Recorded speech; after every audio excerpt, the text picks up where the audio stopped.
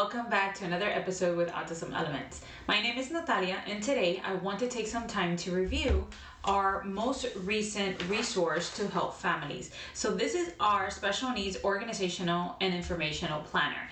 And what I've done is I wanted to create a tool for families who are feeling overwhelmed by having, to put everything together, to learn to navigate this world. As I work more and more with families, I realize that we need something to organize ourselves and kind of put our thoughts together. It's already overwhelming learning that your child or a family member has a disability, but it's even harder to try to figure out where to start. How do I get ready for meetings? How do I get ready for my doctor visits? How do I get ready to just put everything together? Another thing that I tell my parents why I find this so important to organize everything is because the reality is life happens. And I always want to make sure that if anything were to happen to you as the main caregiver, whoever has to take over for you will be ready and have all the information and all the things that you have done with your loved one in the special needs area. So I want to make sure that there's a place where you can store it all together. The question is how? How do you put all of this together, make sure that everything is properly documented, and make sure that you don't miss anything? That's where I come in and I give you this tool to help you out. But I don't just want to give it to you, I actually want to review it real quick with you so you have an understanding of what does it entail and how can it benefit you to keep things organized. Now, there are 8 sections in this planner and organizational system that I've created. You can either have a massive binder or you can create different binders that tackle the different areas. It is up to you how you want to use this. You could also create a system where you have folders, maybe a kind of file folding, an organizer that you can have folders organized this way. I love binders, so I kind of will use binders anytime that I meet with my families and direct them and instruct them how to utilize this. But you can choose your best method, the best method that works for you. So let's go ahead and get started. The first thing that I provide you guys is planners. So there are different planners in this section. I wanted to give you the option to choose what works for you. And what I love about this is everything is a PDF, so you can print more than one if you need it. You can print as many as you want. If you made a mistake and you're like me, you have to start all over again, just reprint whatever you need as many times as you need. So we have the daily plan.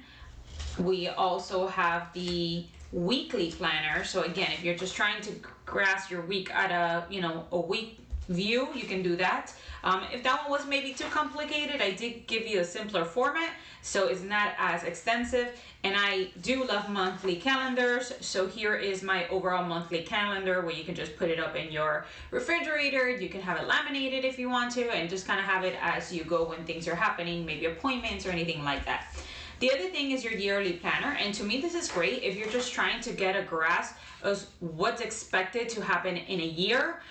If you have maybe appointments that you have to come back within a year, you just want to write them down. If you have maybe IEP, which is educational meetings that create plans for your child with a disability, you can do that as well if you're in a public school system. And then I did include 2 other things that I just found might be beneficial. Just a simple to-do list. This could be for you or for your child, again trying to teach them that things need to get done. Or you can use the weekly chores format, which again will cover the same concept. It gives you, and what I love, like I mentioned, you can print this as many times as you want. Now, this is just planners for you to kind of organize your weekly, monthly, yearly, whatever it may be. But now we start getting into more of getting all that information for your specific loved one and everything together. Now, I did put it as a child because the goal is that you start this, the earlier the better. But if you're more advanced in your loved one's years, you can always just kind of skip forward to that part, or maybe go back and just kind of put together the old information and the old history. The first thing is we're going to do child's information. So there is a cover that looks like this for every single section. Keeps yourself organized. You can put it in the front binder. But I did put it so you can put your loved one's name, so specific to that person. You can print it out, you can do a label on it. And then we get into 2 pages, one that has a picture. I love updating as we go because then we can show the growth. So there's mother's information, father's information, other family members, and there's everything to do with your actual child. So in case like anything were to happen, God forbid, or if you need to do a quick summary about your child, this is one that you can reuse over and over again and share it forward with teachers, therapists if you're working with them, so they have an overall for your child. The next one I created is reinforcers and interest checklist, because what I've learned about working with special education individuals is that their interests and likes are going to change continuously. But we do need to keep track of them. We want to make sure that we document what they've liked before, if things change. Maybe sometimes we can bring things from the back, from the back times, past times, and they're going to enjoy it again. Here is how you can document it. So these are your overall basics. And then these are if you just want to write them down like bullet points, you can do this. This one is great.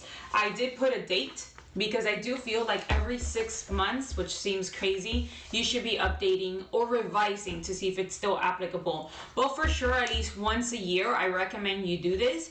You can again share these with anybody who works with your child, because it gives them a glance from the beginning. I always say it's better to be proactive than reactive. So I always used to send to my parents. I was a special education teacher for many years. At the beginning of the year, I would send these type of checklists for my families to complete. And halfway through the year, I would ask them to recomplete again. And it just gives me almost like an insight about that particular student, so I can know how to work with them based on their likes and dislikes, or make sure that if there's certain triggers, I will be able to know. So this is great. You can do this to share forward. You can document it. You can share with your babysitters as well. I mean, whoever works with your child.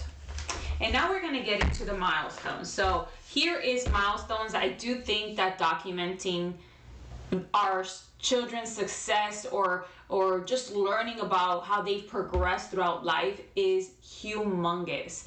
And I think it's also a reflection tool for families to realize how much growth there is in our children. Sometimes we don't see it because we live our day-to-day and we're kind of hustling and living this crazy life.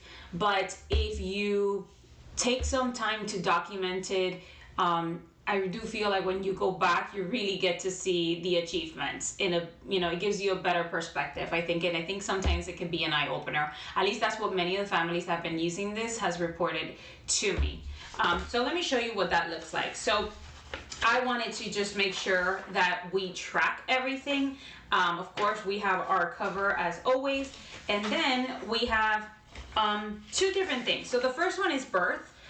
Just a picture again. Sorry, there we go. So the first one is birth, and then it has your overall information of the child. So now if you ever, if you're like me, sometimes I forget things, it's great to have a tool to go back to. And then we do have one for every single life or birthday year.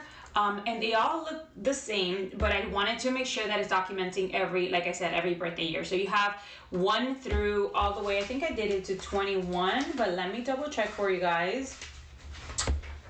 Because I think I even extended it a little bit. I did do to 21, so at least the overall age until they move forward. And you can always, reuse this, as I said. What does it cover? Well, let's talk about it. It talks about achievements, struggles, interests, and on the bottom it has medical conditions or any additional notes. It is not a lengthy planner. It is something to, again, just capture a glance of what's happening that year, where they are, and kind of go from there. So think about it. If you do this for every birthday year, I mean, you could always go back in history and say, okay, this is when things happened. This is where we were. This is how much we've grown.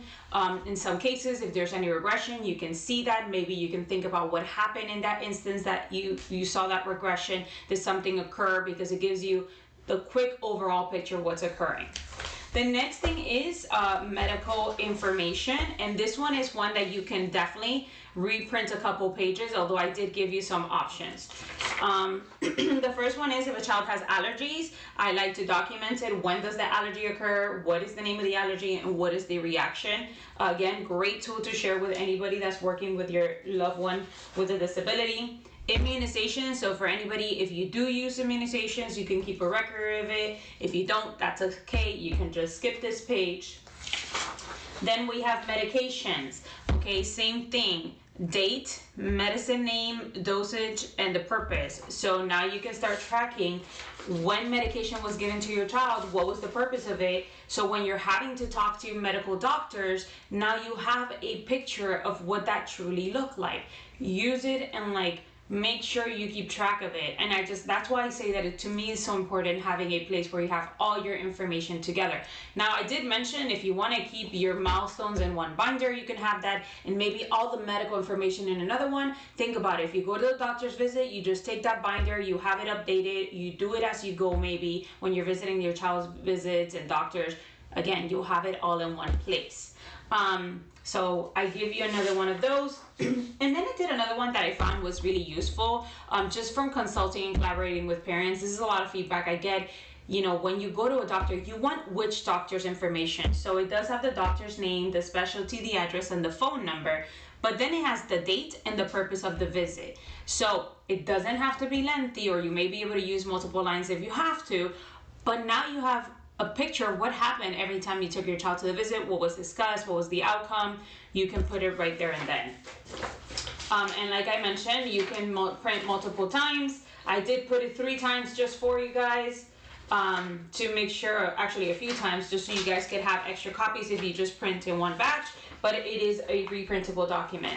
The other one, in many instances, individuals with disabilities will receive different therapies. So I did do a therapy log, which includes the date, the name, and the notes. If you want to write any notes, like if it was an evaluation day, if it was, how long you've been doing it, who was, doing, I gave you multiple copies of this as well.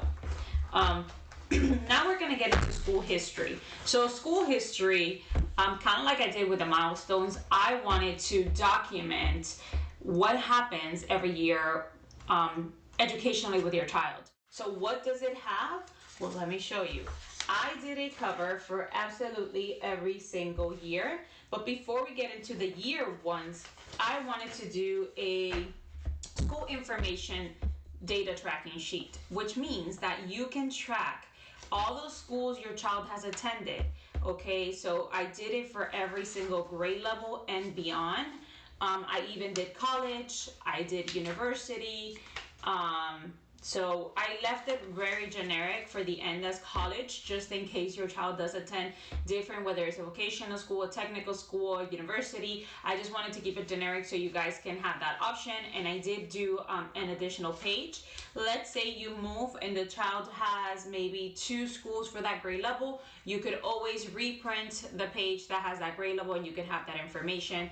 But I know for me, if you are a transient family for whatever your situation may be, you want to have track of where your child has been. So if anybody asks or you need to call for records or information or anything like that, you could always remember where your child went.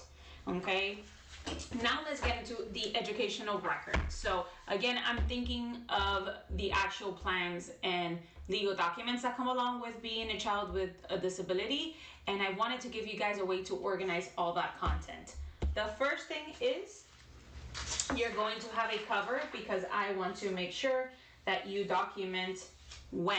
Okay, so there is a cover for every single grade level, and then you can put the year, because in some situations there may be times where your child might be retained. So if that is something that is happening, I wanted you to be able to have a second cover, and you can put the year, and besides you want to write down when it happened.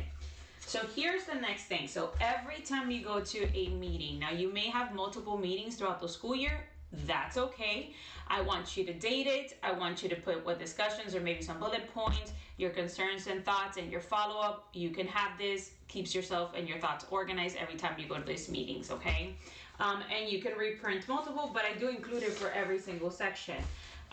Another thing you can do after that cover, and that is kind of why I did this, is because behind every IEP meeting, or like this particular note sheet, you can put all the documents that are given to you right behind it. So now you have everything together, your thoughts, your follow-up, everything all together. And if you have another meeting within the same year, your conferences, your evaluations, whatever it may be, you keep it all together and you could always pull it back in an organized manner, okay?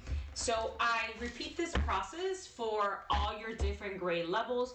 I do change the covers if it was a vocational school, if it was a technical school, you can use one if you went to college.